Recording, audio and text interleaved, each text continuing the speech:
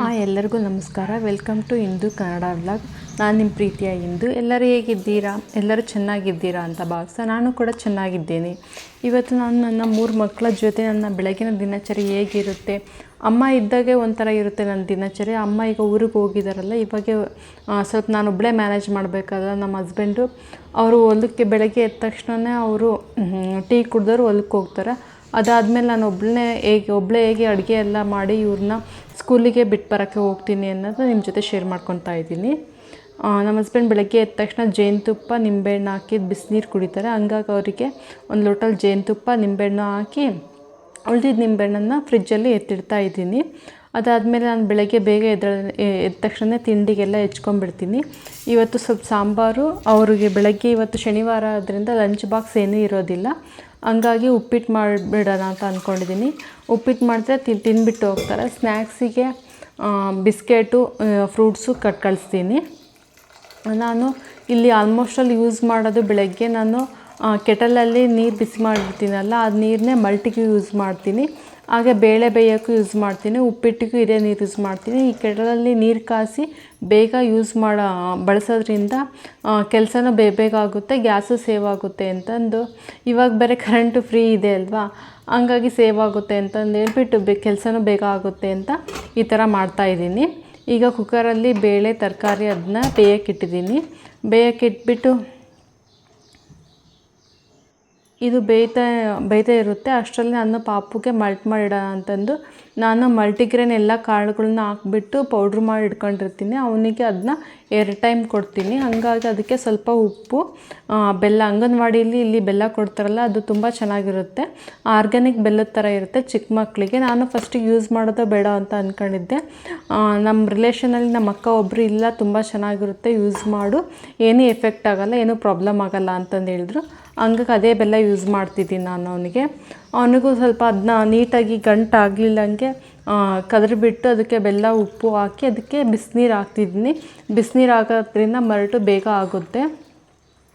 ಬಿಸಿನೀರು ಹಾಕ್ಬಿಟ್ಟು ಅದನ್ನ ಚೆನ್ನಾಗಿ ಕುದಿ ಬರೋವರೆಗೂ ನೀಟಾಗಿ ಕುದಿಸ್ಬೇಕು. ಅದನ್ನ ಸ್ಪೂನಲ್ಲಿ ಅಲ್ಲಾಡಿಸ್ತಾನೆ ಇರಬೇಕು. ನಾವು ಅಲ್ಲಾಡಿಸ್ಲ ಹಂಗೆ ಬಿಟ್ಟರೆ ಅದು ತಳ ಹಿಡಿದ್ಬಿಡುತ್ತೆ. ಹಂಗಾಗಿ ಅಲ್ಲಾಡಿಸ್ಕೊಂತ ಇರಬೇಕು. ಅದನ್ನ ಮಲ್ಟ್ ಮಾಡುವಾಗ ಮಾತ್ರ ಪೂರ್ತಿ ಇದಾಗೋವರೆಗೂ ಮುಂದೆನೇ ಇರಬೇಕು, ಬೇರೆ ಕೆಲಸ ಮಾಡ್ಕೊತ ಮಾಡೋಕ್ಕಾಗಲ್ಲ. ಯಾಕಂದರೆ ಅದು ತಳ ಹಿಡಿದ್ಬಿಡುತ್ತೆ, ಗಂಟಾಗಿರುತ್ತೆ, ಉಗ್ತಾ ಬರುತ್ತೆ. ಹಂಗಾಗಿ ಅದ್ರ ಮುಂದೆ ಇಟ್ಕೊಂಡು ಲೋ ಫ್ಲೇಮ್, ಒಂದು ಮೀಡಿಯಮ್ ಫ್ಲೇಮಲ್ಲಿ ಇಟ್ಕೊಂಡ್ಬಿಟ್ಟು ಅದು ಮಲ್ಟ್ ಆಗೋವರೆಗೂ ಅಲ್ಲೇ ಅಲ್ಲಾಡಿಸ್ಕೊಂತ ಇರಬೇಕು. ಇನ್ನೇನು ಮಲ್ಟ್ ಆದಮೇಲೆ ಎತ್ತಿಟ್ಟು ತರಕಾರಿ ಎಲ್ಲ ಹೆಚ್ಚಿದ್ದೆ. ಸಾಂಬಾರಿಗೂ ಬೇಳೆ ಬೇಯೋಕ್ಕಿಟ್ಟಿದ್ರೆ ಅಂತ ಅವರಿಂದ ಮಲ್ಕೊಂಡಿದ್ರು. ಅಷ್ಟರೊಳಗೆ ನಾನು ಬೆಳಗ್ಗೆ ಎದ್ದೇಳಿದ ತಕ್ಷಣ ಬಾಗಿಲೆಲ್ಲ ಬಳಿದು, ಈಗ ಏನು ಕೆಲಸ ಇರಲಿಲ್ಲ, ಹಿಟ್ಟು ಸಾಣಿಸ್ಕೊಂಬಿಡೋದು ಅವ್ರು ಎದ್ದೇಳೋ ಅಷ್ಟರಲ್ಲಿ ಅಂತಂದೇಳಿ ನಿನ್ನೆ ಹಿಟ್ಟು ಹಾಕ್ಸ್ಕೊಂಬಂದಿದ್ರು. ಅದನ್ನು ಇನ್ನೂ ಸ್ವಲ್ಪ ಬಿಸಿ ಇರುತ್ತೆಲ್ಲ, ಬಿಸಿ ಇದ್ದಾಗ ಜರಡಿಯಲ್ಲಿ ಇಳಿಯೋದಿಲ್ಲ. ಅದನ್ನ ಸ್ವಲ್ಪ ಬಾಯಿ ಓಪನ್ ಮಾಡಿಬಿಟ್ಟು ಅದಕ್ಕೆ ಮೇಲ್ಗಡೆ ಒಂದು ಪೇಪರ್ ಮುಚ್ಚಿ ಹಂಗೆ ಇಟ್ಟಿದ್ದು ಆರಲಿ ಅಂತಂದು. ಈಗ ಬೆಳಗ್ಗೆ ಎಲ್ಲ ಆರಿತ್ತಲ್ಲ, ಅದಕ್ಕೆ ಅಕ್ಕಿ ಹಿಟ್ಟನ್ನ ಫಸ್ಟು ಸಾಣಿಸಿ ಒಂದು ಬಾಕ್ಸಿಗೆ ಹಾಕಿಟ್ಟು ಆಮೇಲೆ ಪಾಪುದ ಪೌಡ್ರು ಅದನ್ನ ಸಾಣಿಸಿಡೋಣ ಅಂತಂದೇಳಿ ಹಿಟ್ಟು ಸಾಣಿಸ್ತಾ ಇರ್ತೀನಿ. ನಾವು ಮಕ್ಕಳು ಇದ್ದಾಗ ಆದಷ್ಟು ಬೇಗ ಬೆಳಗ್ಗೆನೂ ಟೈಮ್ ವೇಸ್ಟ್ ಮಾಡ್ದೇ ಒಂದಾದ ತಕ್ಷಣ ಒಂದು ಕೆಲಸಗಳನ್ನ ಪ್ಲ್ಯಾನ್ ಮಾಡಿಕೊಂಡು ಬೇಗ ಕೆಲಸ ಮುಗಿಸೋದ್ರಿಂದ ಅಷ್ಟೊಂದು ಮೆಂಟಲಿ ಸ್ಟ್ರೆಸ್ಸು ಆಗೋಲ್ಲ, ಗಡಿಬಿಡಿನೂ ಅಂತ ಅನಿಸಲ್ಲ. ಒಂಥರ ಸಮಾಧಾನವಾಗಿ ಬೇಗ ಒಂದರಿಂದ ಕೆಲಸ ಮುಗಿಸ್ದಂಗೆ ಆಗುತ್ತೆ. ಸ್ವಲ್ಪ ಬೆಳಗ್ಗೆ ಬೇಗ ಎದ್ದೇಳೋದ್ರಿಂದ ಕೆಲಸನೇ ಈಸಿ ಆಗುತ್ತೆ. ಲೇಟಾಗಿದ್ರೂ ಯಾವ ಕೆಲಸ ಮಾಡೋದು, ಯಾವ ಕೆಲಸ ಬಿಡೋದು ಅಂತ ಅನ್ನಂಗಾಗುತ್ತೆ. ಮಕ್ಕಳಿದ್ದ ಮನೇಲಿ ಎಲ್ಲರದ್ದು ರುಟೀನು ಇದೇ ಥರ ಇರುತ್ತೆ, ಪ್ರತಿ ದಿವಸ ಇದೇ ಥರ ಹೋಗುತ್ತೆ ಅಂತ ಹೇಳೋಕ್ಕಾಗೋದಿಲ್ಲ. ಒಂದು ಸತಿ ಈ ಥರ ಇದ್ದರೆ ಇನ್ನೊಂದು ದಿವಸ ಬೇರೆ ಥರ ಇರುತ್ತೆ. ಅವರು ಸುಮ್ಮನೆ ಮಲ್ಕೊಂಡಿದ್ರೆ ನಮ್ಮ ಕೆಲಸ ಸ್ವಲ್ಪ ಮುಗಿಯೋವರೆಗೂ ಒಂದು 7-7:30ವರೆಗೂ ಮಲ್ಕೊಂಡಿದ್ರೆ ನಮ್ಮ ಕೆಲಸ ಸ್ವಲ್ಪ ಪರವಾಗಿಲ್ಲ ಅನ್ನಂಗೆ ನಿಧಾನಕ್ಕಿಲ್ಲ ಚೆನ್ನಾಗಾಗುತ್ತೆ. ಒಂದು ಟೈಮ್ ಅವ್ರು ಬೇಗ ಎದ್ಬಿಡ್ತಾರೆ ನಮ್ಮ ಜೊತೆ. ಇವ್ರು ದೊಡ್ಡವರಿದ್ದಾರೆ ಸ್ವಲ್ಪ ಪರವಾಗಿಲ್ಲ ಅಂತಂದ್ರೂ ಅವರ ಸಣ್ಣ ಪುಟ್ಟ ವಾಶ್ರೂಮ್ಗೆ ಹೋಗೋದು, ಬಾತ್ರೂಮ್ಗೆ ಹೋಗೋದು, ಬ್ರಷ್ ಮಾಡಿಸೋದು ಇದೆಲ್ಲ ಇದ್ದೇ ಇರುತ್ತೆ. ಆಮೇಲೆ ಅವ್ರಿಗೆ ಹೋಮ್ವರ್ಕ್ ಏನಾರು ಬ್ಯಾಲೆನ್ಸ್ ಉಳಿಸಿದ್ರೆ ಹೋಮ್ವರ್ಕ್ ಬರ್ಸೋದು, ಸ್ವಲ್ಪ ಏನಾರು ಟೆಸ್ಟ್ ಇದ್ದರೆ ಅದಕ್ಕೆ ರಿವಿಷನ್ ಮಾಡಿಸೋದು ಇದೆಲ್ಲ ಇರುತ್ತೆ. ಆಮೇಲೆ ಪಾಪು ಇದನ್ನೆಲ್ಲ ಅವನು ಎದ್ಬಿಟ್ರಂತೂ ನಮ್ಮ ಕೆಲಸ, ಅವನು ಬೆಳಗ್ಗೆ ಎದ್ಕೊಂಬಿಟ್ರೆ ಒಂದು ಸತಿ ಸುಮ್ಮನೆ ಅವ್ನ ಪಾಡಿಗೆ ಅವ್ನು ಆಡ್ತಿರ್ತಾನೆ. ಒಂದು ಸತಿ ಎದ್ಬಿಟ್ರಪ್ಪ ಅಂದರೆ ಬೆಳಗ್ಗೆ ನಮ್ಮನ್ನ ಹಿಡ್ಕೊಂಬಿಟ್ರೆ ಕೆಳಗೆ ಇಳಿಯೋದೇ ಇಲ್ಲ. ಅವನು ಸುಧಾರಿಸ್ಕೊಂಡು ಅವನಿಗೆ ಊಟ ಮಾಡಿಸೋ ಒಂದು ಕೆಲಸ ಹಿಂಗೆ ಹಿಂದೆ ಮುಂದೆ ಆಗುತ್ತೆ. ಅದರಲ್ಲಿ ನಾವು ಗೊತ್ತಿರ್ತದೆ ಡೈಲಿ ಕೆಲಸ ಹೇಗಿರುತ್ತೆ ಅಂತ, ಅದರಲ್ಲೇ ಅವ್ನ ಇಟ್ಕೊಂಡು ಮ್ಯಾನೇಜ್ ಮಾಡ್ಕೊತ ಹೋಗಬೇಕು. ಇಲ್ಲ ಅಂತಂದರೆ ಬಿಡು ಅವನ್ನೇ ಸ್ವಲ್ಪ ಸುಧಾರಿಸ್ಕೊಂಡ್ಬಿಟ್ಟು ಆಮೇಲೆ ಮಾಡೋಣ ಅಂತಂದ್ರೆ ಇವ್ರಿಗೆ ಟೈಮ್ ಆಗುತ್ತೆ. ಒಂದು ಸತಿ ಮಕ್ಕಳು ಬೇಗ ಊಟ ಮಾಡ್ತಾರೆ, ಒಂದು ಸತಿ ಎಷ್ಟೋ ಹೊತ್ತು ಕೂತ್ಕೊಂಡ್ರು ಊಟ ಮಾಡಿರಿ ಅಂದ್ರೂ ಊಟ ಮಾಡಲ್ಲ. ಇವಾಗಿನ ಮಕ್ಕಳು ನನಗೆ ನೋಡ್ದಂಗೆ ಸ್ವಲ್ಪ ಬೇಗ ಬೇಗ ಊಟ ಮಾಡೋದು ಕಮ್ಮಿ, ಅವ್ರ ಪಾಡಿಗೆ ಅವ್ರು ಊಟ ಮಾಡೋದು ಕಮ್ಮಿ. ನಾವು ಎಷ್ಟೇ ಟ್ರೈ ಮಾಡಿದ್ರು ಅವ್ರ ಪಾಡಿಗೆ ಅವ್ರು ಊಟ ಮಾಡ್ಸೋಕೆ ಅಭ್ಯಾಸ ಮಾಡಿಸ್ಬೇಕು ಅಂತಂದ್ರೂ ಮಾಡಿಸ್ತಿರ್ತೀವಿ. ಬಟ್ ಆದ್ರೂ ಅವರು ಊಟ ಮಾಡಿಸೋದೇ ದೊಡ್ಡ ಪ್ರಾಬ್ಲಮ್ ಆಗಿಬಿಟ್ಟಿದೆ. ಇವಾಗಿನ ಮಕ್ಕಳು ಬೆಳಗ್ಗೆ ಏನೂ ಕೊಡೋದಿಲ್ಲ ಅವರಿಗೆ.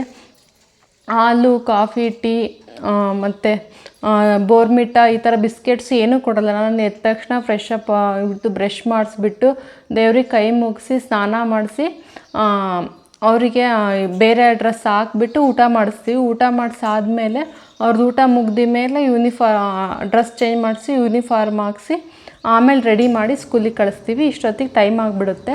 ಅವ್ರು ಊಟ ಮಾಡೋಕ್ಕೆ ಜಾಸ್ತಿ ಟೈಮ್ ಹಿಡಿಯುತ್ತೆ. ಇಲ್ಲಿ ನಾನು ಉಪ್ಪಿಟ್ಟು ಮಾಡ್ತಿದ್ದೀನಿ. ಉಪ್ಪಿಟ್ಟು ಮಾಡೋಕ್ಕೆ ನಾವು ಮೊನ್ನೆ ಕರ್ಜಿಕಾಯಿ ಮಾಡಿದ್ವಿ.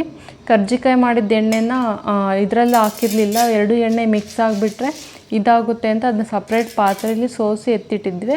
ಅದನ್ನ ನೆಕ್ಸ್ಟ್ ಕರಿಯೋದಕ್ಕೆ ಏನೂ ನಾವು ಕರಿಯೋದು ಐಟಮ್ಸ್ ಜಾಸ್ತಿ ಏನೂ ಮಾಡೋದಿಲ್ಲ. ಹಂಗಾಗಿ ಅದನ್ನೇ ಅಲ್ಲಿ ಅಡುಗೆಗೆ ಅದು ಖಾಲಿ ಆಗೋವರೆಗೂ ಅದನ್ನೇ ಯೂಸ್ ಮಾಡೋಣ ಅಂತ ಯೂಸ್ ಮಾಡ್ತಾಯಿದ್ದೀನಿ. ಅಷ್ಟೊತ್ತಿಗೆಲ್ಲ ಹಾಲು ಬಂದಿತ್ತು. ಹಾಲನ್ನ ಒಂದು ಒಲೆಯಲ್ಲಿ ಸಿಮ್ಮಲ್ಲಿಟ್ಟು ಕಾಯಿಸ್ತಾ ಇದ್ದೀನಿ. ಇಲ್ಲಿ ನಾನು ಎಲ್ಲರೂ ಉಪ್ಪಿಟ್ಟು ಮಾಡೋ ಥರನೇ ಉಪ್ಪಿಟ್ಟು ಮಾಡ್ತಿದ್ದೀನಿ. ಅಂದರೆ ಯಾವಾಗ ನಾನು ಉಪ್ಪಿಟ್ಟಿಗೆ ಸಬ್ಬಸಿಗೆ ಸೊಪ್ಪು, ಬೀನ್ಸು, ಕ್ಯಾರೆಟು, ತರಕಾರಿ ಏನಿರುತ್ತೋ ಅದನ್ನ ಯೂಸ್ ಮಾಡ್ತೀನಿ. ಇವು 3 ತರಕಾರಿಗಳನ್ನ ಯೂಸ್ ಮಾಡ್ತೀನಿ. ಯಾವಾಗಾದರೂ ಡೇ ಟೈಮ್ ಉಪ್ಪಿಟ್ಟು ಮಾಡಿದಷ್ಟೇ ನಾನು ಯಾರಾದರೂ ಬಂದರೆ ಆವಾಗ ಮಾತ್ರ ತರಕಾರಿ ಹಾಕಲ್ಲ. ಆವಾಗ ಮಾತ್ರ ಮಾಮೂಲಿ ಎಲ್ಲರೂ ಹೇಗೆ ಉಪ್ಪಿಟ್ಟು ಮಾಡ್ತಾರೋ ಅದೇ ಥರ ಉಪ್ಪಿಟ್ಟು ಮಾಡ್ತೀನಿ. ಅದು ಹಾಲನ್ನ ಆಲ್ಮೋಸ್ಟ್ ಅಲ್ಲಿ ನಾವು ಪಕ್ಕಕ್ಕಿದ್ದೀವಿ ಅಂತಂದ್ರೂ ನಾವು ಐ ಫ್ಲೇಮಲ್ಲಿಟ್ಟು ಇಲ್ಲೇ ಇರ್ತೀವಲ್ಲ ಬಿಡು ಆಫ್ ಮಾಡ್ತೀವಿ ಬೇಗ ಆಗಿಬಿಡುತ್ತೆ ಅಂತಂದು ಹೇಳ್ಬಿಟ್ಟು ಫ್ಲೇಮಲ್ಲಿ ಇಟ್ಕೊಂಡು ಹಾಲು ಬಿಸಿ ಮಾಡ್ತಾಯಿದ್ರೆ ಒಂದು ಸತಿ ಸಡನ್ನಾಗಿ ನಾವು ಅಲ್ಲಿಂದ ಈ ಕಡೆ ನೋಡೋ ಅಷ್ಟರಲ್ಲಿ ಹಾಲು ಉಕ್ಕೋಗ್ಬಿಡುತ್ತೆ. ಸುಮ್ಮನೆ ಯಾಕೆ ಡಬಲ್ ಕೆಲಸ ಮಾಡ್ಕೊಳ್ಳೋದು ಅಂತ ಆಲ್ಮೋಸ್ಟಲ್ಲಿ ನಾನು ಸಿಮ್ಮಿಗೆ ಇಟ್ಕೊಂಡೆ ಹಾಲು ಕಾಯಿಸ್ತೀನಿ. ಆಮೇಲೆ ನಾವು ಹಾಲು ಕಾಯಿಸೋ ಪಾತ್ರೆ ನಾವು ಹಾಲು ಹಾಕಿರ್ತೀವಲ್ಲ ಆ ಪಾತ್ರೆ 2ರಷ್ಟು ಇರಬೇಕು. ಅಂದರೆ ನಾವು 1.5 ಲೀಟ್ರು ಹಾಲು ತಗೊಂಡು ಹಾಲು ಬಿಸಿ ಮಾಡೋಕ್ಕೆ ಇಡ್ತೀವಿ ಅಂದರೆ ನಮ್ಮ ಪಾತ್ರೆ ಆಲ್ಮೋಸ್ಟಲ್ಲಿ 3-3.5 ಲೀಟ್ರು ಹಾಲು ಇಡಿಸ್ಬೇಕು. ಅಟ್ಲೀಸ್ಟು 3-3.5 ಲೀಟ್ರ್ ಹಾಲು ಇಡ್ಸೋಂಗಿದ್ರೆ ಅದು ಹಾಲು ನಾವು ಲೋ ಫ್ಲೇಮಿಗೆ ಇಟ್ಟಿರೋದ್ರಿಂದ ಅದು ಉಕ್ಕಿದ್ರೂ ಮೇಲೆ ಬರೋದಿಲ್ಲ, ಅದರೊಳಗಡೆ ಇರುತ್ತೆ. ಅದಕ್ಕಿಂತ ಸ್ವಲ್ಪ ಇದಿತ್ತಂದರೆ ಸುಮ್ಮನೆ ಉಕ್ಬಿಟ್ಟು ಹಾಲು ವೇಸ್ಟ್ ಆಗಿಬಿಡುತ್ತೆ. ಮಕ್ಕಳು ಇರ್ತಾರಲ್ಲ, ನಮ್ಮ ಜೊತೆಲ್ಲ ಒಂದೇ ಥರಲ್ಲಿ ಇರಲ್ಲ. ಬಿಡು ಇಟ್ಟಿದ್ದೀವಿ ಅಂತಂದೇಳಿ ಮರ್ತ್ಬಿಟ್ಟು ಅವ್ರು ಏನಕ್ಕೋ ಕರೆದಿರ್ತಾರೆ ಅಂತಂದು ಹೊರಗಡೆ ಹೋದರೆ ಅಷ್ಟೊತ್ತಲ್ಲಿ ಹಾಲು ಉಕ್ಕಿ ವೇಸ್ಟ್ ಆಗಿಬಿಟ್ಟಿರುತ್ತೆ. ಮತ್ತು ಅದನ್ನು ಕ್ಲೀನ್ ಮಾಡಬೇಕು, ಅಲ್ಲಿ ನಮ್ಮ ಟೈಮ್ ವೇಸ್ಟ್ ಆಗುತ್ತೆ. ಹಾಗಾಗಿ ನಾನು ಆಲ್ಮೋಸ್ಟ್ ಅಲ್ಲಿ ಸಿಮ್ಮಿಗೆ ಇಟ್ಬಿಡ್ತೀನಿ.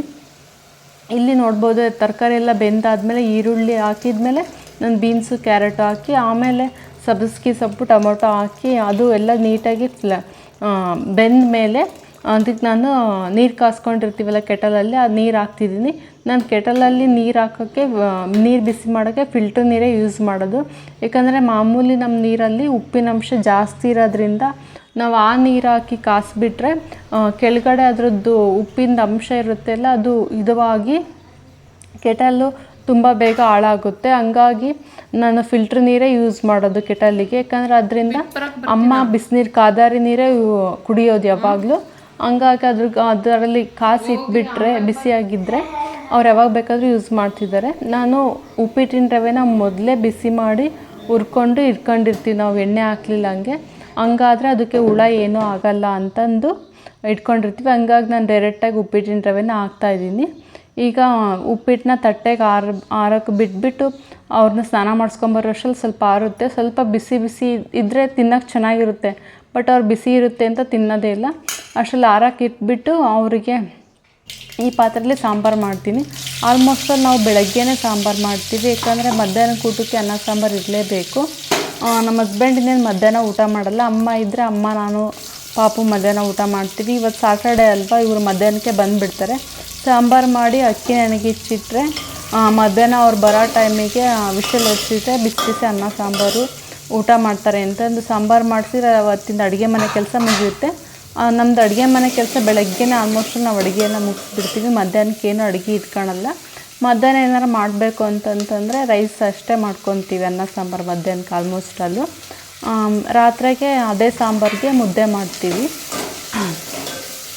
ಅದೇ ಸಾಂಬಾರಿಗೆ ಮುದ್ದೆ ಮಾಡಿ ರೈಸ್ ಮಾಡಿದರೆ ರಾತ್ರಿಗೂ ಆಗುತ್ತೆ ಅಂತಂದೇಳಿ ಇಲ್ಲಿ ಸಾಂಬಾರು ನೋಡ್ಬೋದು. ನಾನು ಸೊಪ್ಪನ್ನ ನಮ್ಮ ಬೇಳೆ ಜೊತೆಗೆ ಬೇಯಿಸಲ್ಲ, ಯಾಕಂದರೆ ಸೊಪ್ಪನ್ನ ಬೇಳೆ ಜೊತೆಗೆ ಹಾಕಿದರೆ ಅದು ಜಾಸ್ತಿ ಬೆಂದು ಅದರಲ್ಲಿರೋ ಅಂಶಗಳೆಲ್ಲ ಹೋಗ್ಬಿಡುತ್ತೆ ಅಂತಂದು ಹೇಳ್ಬಿಟ್ಟು ಅದನ್ನ ಈರುಳ್ಳಿ ಜೊತೆಗೆ ಸೊಪ್ಪು ಹಾಕ್ಬಿಟ್ಟು ಸ್ವಲ್ಪ ಬಾಡಿಸ್ತಿದ್ದೀನಿ. ಬಾಡಿಸಾದ್ಮೇಲೆ ಈ ಕಡೆಗೆ ಬೇಳೆ ಇರುತ್ತಲ್ಲ, ಆ ಬೇಳೆಗೆ ಸ್ವಲ್ಪ ಉಪ್ಪು, ಸಾಂಬಾರು ಪುಡಿ, ಖಾರದ ಪುಡಿಯನ್ನು ಹಾಕ್ತಾಯಿದ್ದೀನಿ. ಖಾರದ ಪುಡಿ, ಸಾಂಬಾರು ಪುಡಿ ನಮ್ಮ ಮನೇಲಿ ಜಾಸ್ತಿ ಖಾರ ಊಟ ಮಾಡಲ್ಲ, ನಾವು ಲೈಟಾಗಿ ಖಾರ ಊಟ ಮಾಡೋದು. ಅಮ್ಮ ಆಗಿರ್ಬೋದು, ಇವರಾಗಿರ್ಬೋದು ಗ್ಯಾಸ್ಟ್ರಿಕ್ ಆಗುತ್ತೆ ಅಂತ ಆಲ್ಮೋಸ್ಟ್ ಇವ್ರ ಮನೇಲಿ ಯಾವಾಗಲೂ ಖಾರ ಊಟ ಮಾಡಲ್ಲ. ಹಂಗಾಗಿ ಒಂದು ನಮ್ಮ ಮೀಡಿಯಮಲ್ಲಿ ಖಾರ, ಸಾಂಬಾರು ಪುಡಿ ಅದೆಲ್ಲ ಹಾಕ್ಬಿಟ್ಟು ಅದನ್ನ ಮಿಕ್ಸ್ ಮಾಡಿಬಿಟ್ಟು ಅದಕ್ಕೆ ಇದನ್ನ ಹಾಕ್ತಿದ್ದೀನಿ. ಇದನ್ನ ಹಾಕ್ಬಿಟ್ಟು ಆಮೇಲೆ ಸ್ವಲ್ಪ ನೀರನ್ನು ತೊಳೆದ್ಬಿಟ್ಟು ಕುಕ್ಕರಲ್ಲಿರೋ ನೀಟಾಗಿ ಎಲ್ಲ ಹೋಗಂಗೆ ತೊಳೆದು ಅದೇ ನೀರನ್ನ ಹಾಕ್ತಾಯಿದ್ದೀನಿ, ಇಲ್ಲಿ ನೋಡ್ಬೋದು. ಅಷ್ಟರಲ್ಲಿ ಇದು ಬೇಯ್ದ ಅಷ್ಟರಲ್ಲಿ ಅವರು ಎದ್ದಿರ್ತಾರಲ್ಲ, ಅವ್ರನ್ನ ಸ್ನಾನ ಆಗಿದ್ದರೆ ತಿಂಡಿ ತಿನ್ನಿಸೋದಕ್ಕೆ ಸ್ಟಾರ್ಟ್ ಮಾಡ್ತೀನಿ. ಅವರೆಲ್ಲ ಸ್ನಾನ ಮಾಡಿಸ್ಕೊಂಡು ಬಂದಿದ್ದೀನಿ ಈಗಲೇ ಅವ್ರನ್ನ. ಇನ್ನೇನು ಅಷ್ಟೊತ್ತಿಗೆ ಸಾಂಬಾರು ಆಗಿರುತ್ತೆ, ಉಪ್ಪಿಟ್ಟು ಆರಿದೆ. ಅವರಿಗೆ ತಿಂಡಿ ತಿನ್ನೋಕ್ಕೆ ಏನಿಲ್ಲ ಅಂತಂದ್ರೂ ಒಂದು 3/4 ತಾಸು 1 ತಾಸು ಬೇಕು. ಒಂದೊಂದು ಸತಿ ಅರ್ಧ ಗಂಟೆಲಿ ತಿಂತಾರೆ, ಒಂದು ಸತಿ 3/4 ತಾಸಿನಲ್ಲಿ ತಿಂತಾರೆ, ಒಂದೊಂದು ಸತಿ 1 ತಾಸು ಸೀದಾ ಬೇಕಾಗುತ್ತೆ ಅವ್ರು ತಿನ್ನೋ ಅಷ್ಟರಲ್ಲಿ. ನನಗಂತೂ ಬೇರೆ ಏನಾರ ಕೆಲಸ ಮಾಡ್ಬೋದು, ಈ ಮಕ್ಳಿಗೆ ತಿಂಡಿ ತಿನ್ಸೋಕ್ಕಾಗಲ್ಲ ಅಂತ ಅನಿಸ್ಬಿಡುತ್ತೆ. ಕೊಬ್ಬರಿ ತುರಿದಿಟ್ಕೊಂಡಿರ್ತೀನಲ್ಲ, ಆಲ್ಮೋಸ್ಟ್ ಉಳ್ದಿದ್ದ ಕೊಬ್ಬರಿನ ಒಂದು ಬಾಕ್ಸಲ್ಲಿ ಹಾಕಿ ಫ್ರಿಜ್ಜಲ್ಲಿ ಎತ್ತಿಟ್ಕೊಂಡ್ಬಿಡ್ತೀನಿ. ಈ ಥರ ನಾನು ಬೆಳಗ್ಗೆನೇ ಏನಕ್ಕಾರ ಕೊಬ್ಬರಿ ತುರಿದಿದ್ರೆ ಅದನ್ನ ಬಾಕ್ಸಲ್ಲಿ ಎತ್ತಿಟ್ಕೊಂಡ್ರೆ ತಿರುಗಿ ದಿವಸಕ್ಕೆ ಇಲ್ಲ ಪಲ್ಯಕ್ಕೆ, ಸಾಂಬಾರಿಗೆ ಅದೇ ಕೊಬ್ಬರಿ ಆಗುತ್ತೆ. ಅಲ್ಲ ತುರಿಲಿಲ್ಲ ಹಂಗೆ ಎತ್ತಿಟ್ಕೊಂಡ್ರೆ, ಕಡೆಗೆ ಇಟ್ಕೊಂಡ್ರೆ ಕೊಬ್ಬರಿ ಇನ್ನೇನು ಹಾಳಾಗುತ್ತೆ. ಅದನ್ನ ಫ್ರಿಜ್ಜಲ್ಲಿ ಇಟ್ಕೊಂಡ್ರೆ ಮತ್ತದು ಸ್ವಲ್ಪ ಹೊತ್ತು ಬಿಟ್ಬಿಟ್ಟು ತುರಿಬೇಕು. ಹಂಗಾಗಿ ನಾನು ಇದು ಟೈಮ್ ಸೇವ್ ಆಗುತ್ತೆ ಅಂತ ಯಾವಾಗಲೂ ಈ ಥರ ಮಾಡ್ತೀನಿ. ಇವಾಗ ಇವ್ರು ತಿಂಡಿ ತಿನ್ನಿಸಿ ರೆಡಿ ಮಾಡಿಸ್ಕೊಂಡು ಇವ್ರನ್ನ ಕರ್ಕೊಂಡು ಹೋಗ್ತಾ ಇದ್ದೀನಿ. ಇದಾಗಿತ್ತು ಇವತ್ತಿನ ಈ ವಿಡಿಯೋ ಇಷ್ಟ ಆಗಿದ್ದರೆ ದಯವಿಟ್ಟು ಒಂದು ಲೈಕ್ ಮಾಡಿ, ಹಾಗೆ ಶೇರ್ ಮಾಡಿ. ಸಬ್ಸ್ಕ್ರೈಬ್ ಮಾಡ್ಕೊಂಡೇ ವಿಡಿಯೋ ನೋಡ್ತಿರೋರು ದಯವಿಟ್ಟು ಸಬ್ಸ್ಕ್ರೈಬ್ ಮಾಡ್ಕೊಳ್ರಿ. ನೀವು ಸಬ್ಸ್ಕ್ರೈಬ್ ಮಾಡ್ಕೊಳ್ಳೋದ್ರಿಂದ ನನಗೂ ಖುಷಿ ಆಗುತ್ತೆ, ವಿಡಿಯೋಗಳನ್ನು ಮಾಡೋದಕ್ಕೆ ಒಂದು ಉತ್ಸಾಹ ಸಿಕ್ಕಂಗಾಗುತ್ತೆ. Thank you friends.